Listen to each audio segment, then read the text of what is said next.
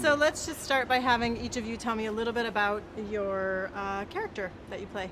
Okay, I'm George, and I'll play a young lad just from the town, the coast, who doesn't realise what's happening and is just basically going for the adventure, and it's a realisation as he heads towards it.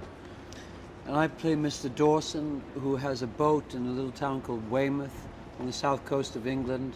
And like a lot of the men, when the call comes that they need boats to go across and bring men back from the beach, I go across with my son, and at the last moment my son's friend jumps on the boat as well, and we head off into the unknown.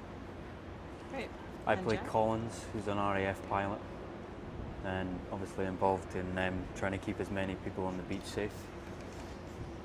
Great. What was it like working with Christopher Nolan on this film? Yeah, Chris is, I've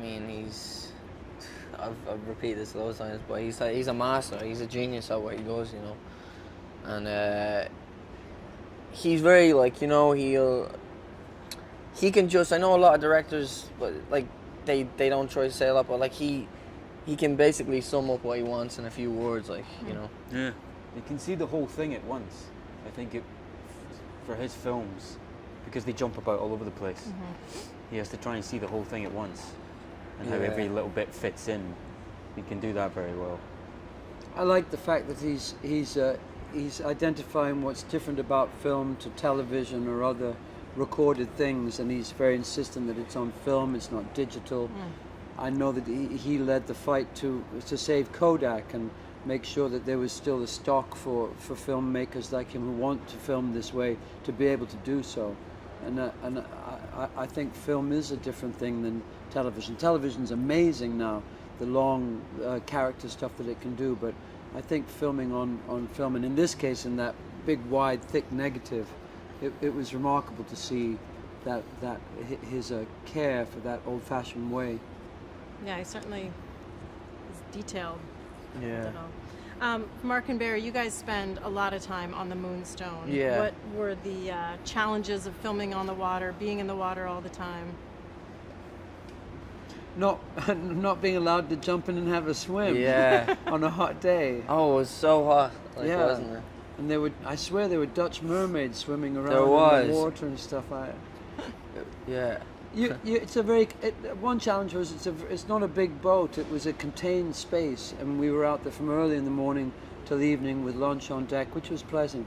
But it got quite hot, and it was not just us two. It was a lot of naval experts, diving experts, and the sound recorder, and so we were all hunkered down in the cabin for hours. So it was quite. And I was familiar with every single space in the boat. You know, you try to find a new little space to hang out in. And there was one little funny toilet at the front, wasn't there? Yeah. That's great. And Jack, you play a Spitfire pilot. So did you get to take flight for your role, and what was that like? If so. Yeah, I really did. It was a couple of days that we just went up again and again with, I think it was 3 genuine Spitfires flying along next to us, and the pilot behind me, who was not only piloting the plane, but he was pressing record on the camera, rolling the camera. He's a cameraman. He's probably shouldn't say that, but he was directing at one point as well. It was great.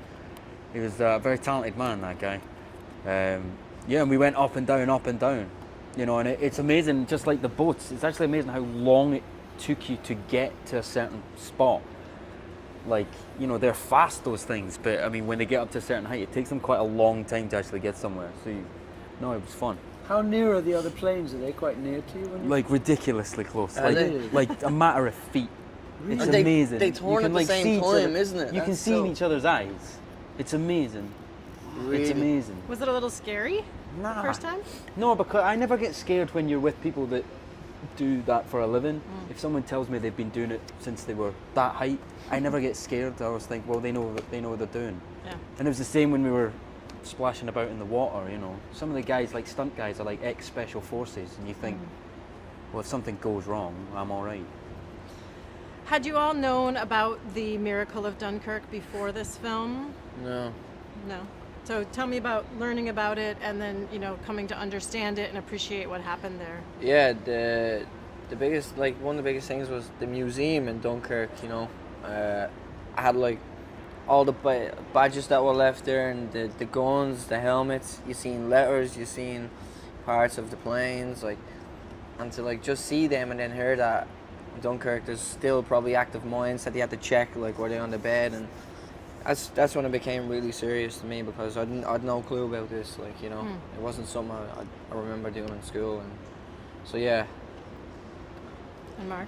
I knew about it, but I didn't know the detail, and I called up the Imperial War Museum in London, and they had recordings of a lot of the people who had gone on the boats. They'd taken the care to go and interview them when they were older men, and there were these lovely 45-minute interviews with people talking about their memories of coming straight from being a bank clerk down to the Thames and then being taken somewhere else, and not really knowing what they were in for at all.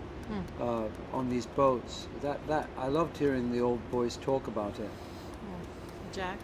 Well, I guess for me, like, I never knew the role that the RAF played in it, you know, and Yeah, I didn't know that. I didn't know, and the fact that they were dealing with the expectation that Hitler was then going to try and invade the UK, so they were trying to hold a certain amount of the RAF and the Navy and the men back.